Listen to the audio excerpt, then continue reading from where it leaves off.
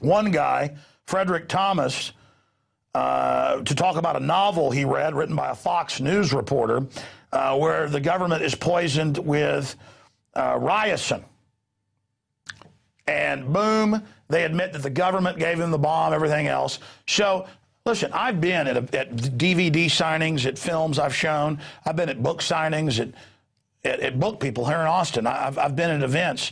And there's always an off-duty cop walks over and says, hey, let's attack, let's blow up things. And I go, you're a cop. I followed them outside and seen their unmarked police car. I had State Department diplomatic security, Marine Corps intelligence, come up when I was eating dinner at the Hyatt outside the Bilderberg meeting.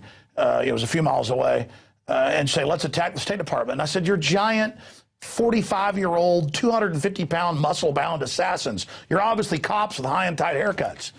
And they're like, well, we're just checking to make sure everything's all right. But they were first, let's attack the State Department together. You know, this is the, and if they find some old drunk go, yeah, let's do it. It's like, ladies and gentlemen, we stopped a major attack today. My goodness, we're so lucky. Here's the headline. Feds online novel played role in Georgia militia plot. And who is it? Couple 70-plus-year-old gentlemen, deadly. There are actually a lot of deadly 70-year-old men. I guess they've got a point in a way. Evil veterans.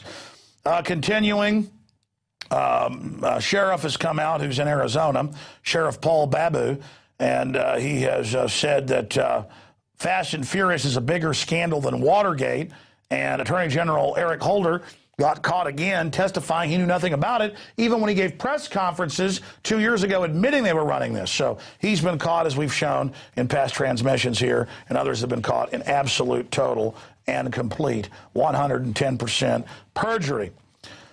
And Babu has also said Holder should resign because of Fast and Furious, and a whole bunch of, well, over 24 Republicans have called for that as well. The only problem is they don't really need to resign because, as Issa has admitted, the Republicans were involved in this pre-Obama.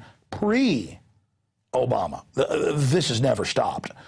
Drugs are allowed to be shipped in. Certain cartels are shipped guns to knock out their competition. It's a $500 billion a year industry. You better bet big global banks are involved running it, and they've been proven running it. That's come out. Okay, continuing. How do you stop it? Total drug decriminalization today. Not that I use any of that stuff. I've studied history. I know that the mobsters tripled their profits, corruption expanded, the police got corrupted during alcohol prohibition for 9.5 years. Now, let's go ahead and get to overpopulation. There's all these different groups coming out saying the population in the next 50 years is going to hit, 15 billion or whatever, 14 billion. But all the UN's own actuaries say it planes off at 8.5 to 9 billion in 2024. And because of the aging population, if you don't have two adults who have two children, there's no one to take care of them or pay for their Social Security. The same thing that third worlders know, hey, I want a bunch of kids to take care of me when I get old. Well, it's the same thing when you have a monetary system. You need two people to pay in for every two people that are about to go into retirement. And we have the 5th episodes of PRI's popular Population 101 series. We aired a few of these earlier in the week. This video takes a fresh, humorous approach to the demographic issues facing the world today. Be sure to copy the video, and it's got a link to it on YouTube. And so we're going to play this clip by this research group that has put together this information. I hope you get it out to others. Here is that video. Population 101, 7 billion people. Will everyone please relax? At some point in the year 2011, the Earth will hold 7 billion people on its surface, more people than any point in recorded history. While some welcome this latest member of humanity with excitement, others with fear. When people hear that we've been adding 1 billion people every 15 years, they imagine humanity's growth to look something like this. But 1 billion people isn't as high a percentage of humanity as it used to be. For instance, imagine this roller coaster car represents 1 billion people. If we add another car, or 1 billion more people, our train has doubled in length. But if we want to double the train again, we can't just add one more train car. We'd have to add 2. Every time we make the train longer, one train car represents a smaller and smaller percentage of the train. If it takes 15 years to add each new train car, then mathematically speaking, the growth rate is slowing.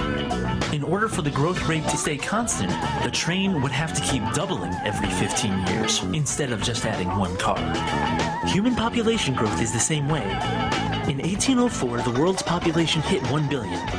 By 1927, that number had doubled. But by 1960, that number had only grown by half. By 1975, it was only growing by a third, and then a fourth, and then a fifth. To see how population growth is slowing down, we look at a number called the global total fertility rate, which is the average number of children each woman is having. And over the last 40 years, that rate has been rapidly falling. According to the UN's current data, the world's population is due to peak in 25 years. After it peaks, it will start to go down. By the end of the century, we'll be losing 1 billion people every 20 years. This year, the world's population will hit 7 billion. In 75 years, we'll be back here again.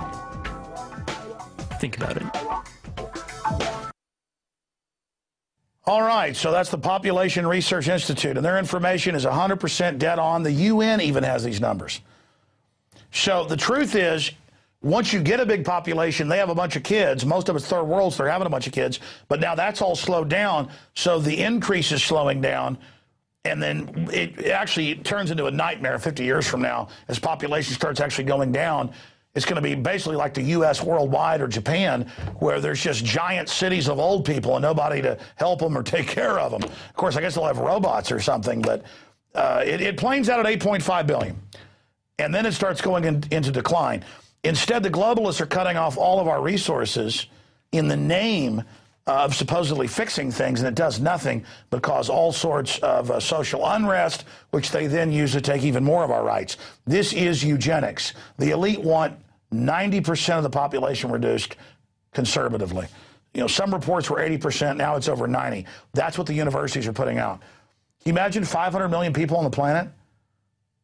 That's a little more than the United States, basically. Okay, let's continue here. That's like 90% of the Chinese dead, 90% of the Indians dead, 90% of the Mexicans dead, 90% of the Americans dead, 90% of the Iranians dead, 90% of the Israelis dead, 90% of the Russians dead. Can I go on here? Let me break down a little bit more with this next clip, Population 101, the fact that to just replace 2 humans, you need 2.1 more at least to continue a civilization. See, once you have a big population, you've got to continue to have one or your existing population collapses. Here it is. From the time of the cavemen all the way until today, humanity continues to exist because each generation of people has produced another generation to replace itself. Scientists have figured out how many people need to be born each generation to replace the generation before. That number is 1 person per person. All things being equal, this creates perfect demographic balance.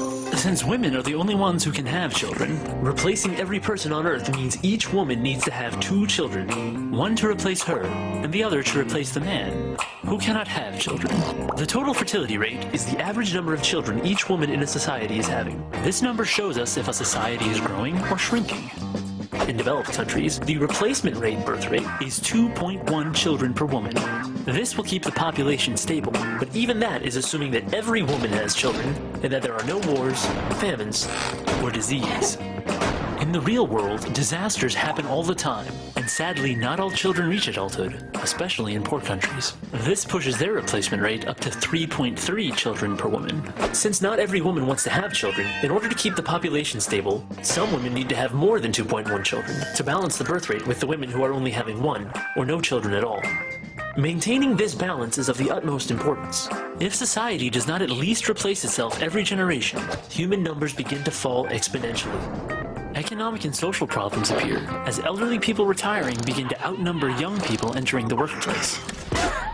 This is already happening all over the developed world. Many of the world's nations are only barely replacing themselves, while a growing majority have birth rates below replacement, some as low as 1.8 or even 1.2 babies per woman. Many societies are facing a very real danger: extinction.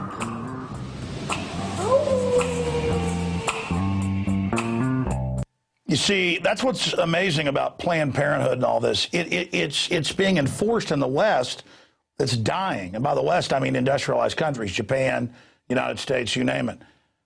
It's just incredible. And they know exactly what they're doing. Now, I want to hit two more articles on this front. Here is the Huffington Post, and they have the headline, "I am the population problem." And you got to love all these trendy women who say they don't want to have kids till they hit about 40 and then they're desperate to have them. But this is part of the lecturing. And I tell you, even when I was in college 20 years ago, most women were like, "I'm not having kids. It's bad for the earth." I mean, and then, of course, by the time they hit 40 and are totally empty, they're absolutely unhappy. But this is the cult. I have 3 children. And I routinely, and my wife's had this happen, have trendies walk up in Whole Foods or other places and say, "How dare you have 3 children?" I mean, this is their religion, and they don't understand anything. It's a dangerous group of control freaks. But the state has always sought to take control of reproduction. Here's another report, though, and this is out of Peru, and it deals with the fact, the LA Times is reporting that more documents are coming out on the forced reduction of population and sterilization.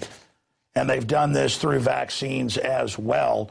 But they would also forcibly sterilize women. That's going to tie into our interview that's coming up later, dealing with what's happening in Canada. But this is something that's been going on for decade after decade all over the world in covert operations. Now, continuing here, finally, I want to get into the whole communist angle. Communism in the real political paradigm is created by the oligarch bankers to enslave the public in a communal system controlled by the state. Then the money is transferred offshore. But even in communist China, Mao Zedong's wife was put on house arrest for the rest of her life and actually put on trial. He was towards the end of his life. The Chinese themselves, their government says he killed 80 million. Our government says 64 million. But he's not even liked by the communist power structure. This guy killed more people than Hitler and Stalin combined. But I see restaurants named after him in the U.S., Canada, and England. I see trendies wearing his shirts. I've talked to them. And they say, "Listen, I like Mao, and I want this to be here." You'd like working as a slave on a farm.